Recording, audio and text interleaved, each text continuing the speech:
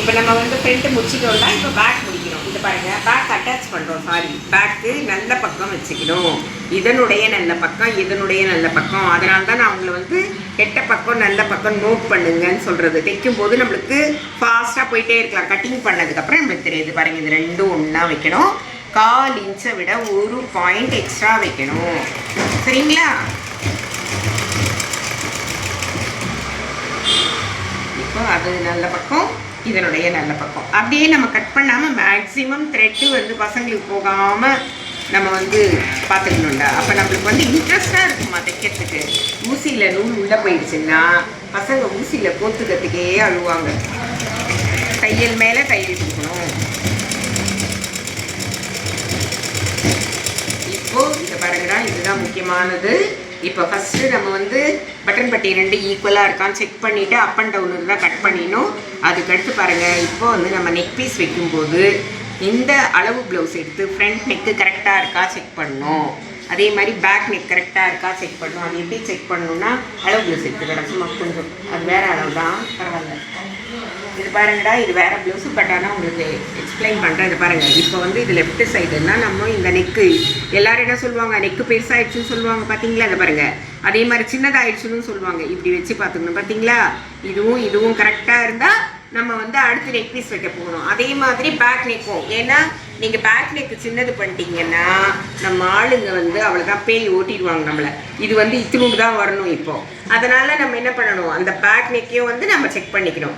அதே மாதிரி ஃப்ரண்ட் நெக்கையும் வச்சு நம்ம கரெக்டாக இருக்கான்ட்டு செக் பண்ணிக்கணும். செக் பண்ணிவிட்டு நம்மளுக்கு இப்போ பெருசாக இருந்தாலும் சின்னதாக இருந்தாலும் கட் பண்ணிக்கலாம். இப்போ பார்த்தீங்களா எவ்வளோ பர்ஃபெக்டாக இருக்குன்னு.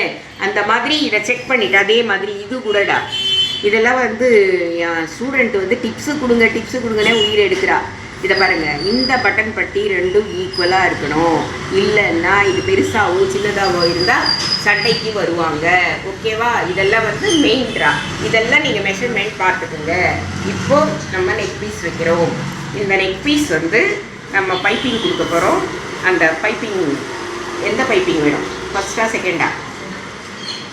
செகண்ட். சார் ஃபஸ்ட்டே போடும். இது நான் தைக்கிற மாதிரியா? இது வந்து பைப்பிங்கில் விட 2 மெத்தட் இருக்கிறா. முதல்ல ஒரு மடிச்சு தைச்சிட்டு அடிக்கிறது வேறு மெத்தடு. இதை பாருங்கள், இது அழகாக அப்படியே 1/4 இன்ச் இந்த ஷோல்டர் வந்து பேக்கில் வர மாதிரி பார்த்துக்கோங்க. இங்கே பாருங்கள், இது 2 ஈவனாக வச்சுட்டு வரணும்டா neck piece. Okay? Up and down வரவே கூடாதுமா. அதை ஸ்டார்டிங் நீங்கள் கற்றுக்கிறப்பதுலேருந்தே ஃபாலோ பண்ணணும். ஓரமாக தைக்கக்கூடாது. 2 நீங்கள் பொறுமையாக தைச்சா கூட பரவாயில்லம்மா. நான் க்ளீனாக தைக்கணும். நான் எவன் கற்றுக் கொடுத்தான்னு சொல்லக்கூடாது. யார்கிட்ட கற்றுக்குனீங்கன்ட்டு கேட்கணும் நம்மளை. புரியுதா? அந்த அளவுக்கு நல்ல பேர் எடுத்துக்கணும் நம்ம.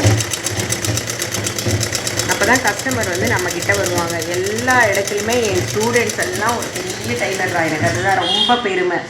எல்லா ஏரியாலுமே இந்த பாருங்கள், இங்கேயோ 1/4 இன்ச் விட்டுடணும், அதே மாதிரி இங்கேயோ 1/4 இன்ச் விட்டுடணும். இப்போ பாருங்கள், இந்த பைப்பிங் வந்து இது பாருங்கள், இதை மடித்து இதை வந்து இது வரைக்கும் மட்டும் மடிச்சுக்கணும். இது வரைக்கும் இந்த நெக் பீஸ் இருக்கிற வரைக்கும் மட்டும் மடித்து அந்த தையல் மேலேயே மடிக்கணும். அந்த தையல் இருக்குல்லையே, இந்த தையல் மேலேயே இதை வச்சு தைச்சோன்னா இந்த இடுக்கில் தையல் வரணும். இதுதான் பைப்பிங். ஈஸி மெத்தட் இது. இது வந்து பசங்களுக்கு வந்து அந்த தையல் கரெக்டாக வராதுன்றதுனால அப்படியே வந்து பசங்க வந்து அப்படியே வந்து வேறு மெத்தட் ஒன்று சொல்லி தருவேன். இப்போ நம்ம நெக் பீஸ் வந்து அடிக்கிறோன்னா அதை பாருங்கள், இப்படியே வச்சு இப்படி அடிச்சிடணும். முதல்ல அடிச்சுட்டு அதுக்கப்புறமா அதை ஹெமிங் பண்ணோம்.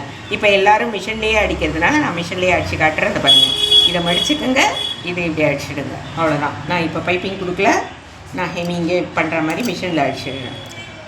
இல்லைடா,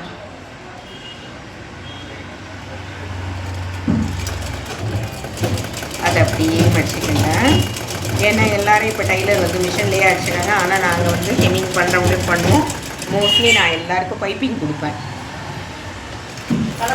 வணக்கம்.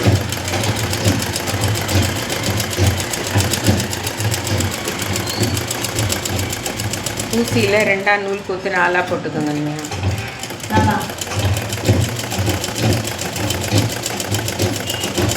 சுருக்கம் வரக்கூடாது. ஓகே? ஃபாலோ பண்ணணும், கரெக்டாக ஃபாலோ பண்ணணும்.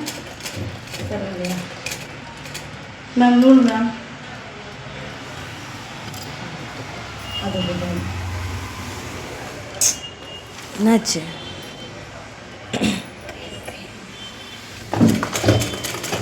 கம்மியாக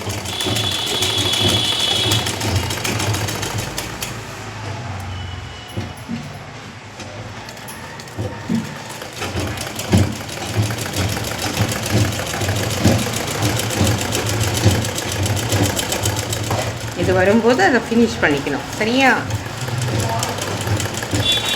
இப்படி வந்துட்டோம். திக்காக இருக்கிற இடத்துல லைட்டாக ஃப்ரூட் அப்படி தூக்குங்க. இப்போ பாருங்கள், இது மொட்டையாக அப்படியே விட்டுறக்கூடாதுடா. இதுக்கு திருப்பி வந்து ஒரு சுருட்டை எடுத்து நான் அதனால தான் பைப்பிங் சொன்னேன். இதுக்கு 2 போடுறதில்ல. எட்ஜு போட்டால் தான் நல்லாயிருக்கும். அந்த எட்ஜு வந்து ஸ்டூடெண்ட்ஸ் வந்து எட்ஜில் போட மாட்டாங்க இல்லையா? அதனால் நான் வந்து அழகாக வந்து பைப்பிங் போட்டுருக்கேன். ஸ்விம்மிங் பண்ணணும்.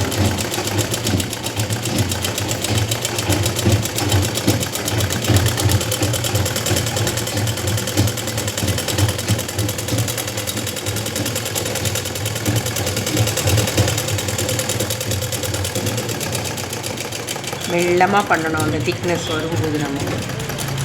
ஓகே, எப்படி இருக்கு பாருங்க கழுத்து.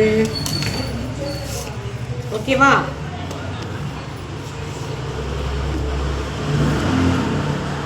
சரிங்களா? இதோட நெக் பீஸ் முடிச்சாச்சு.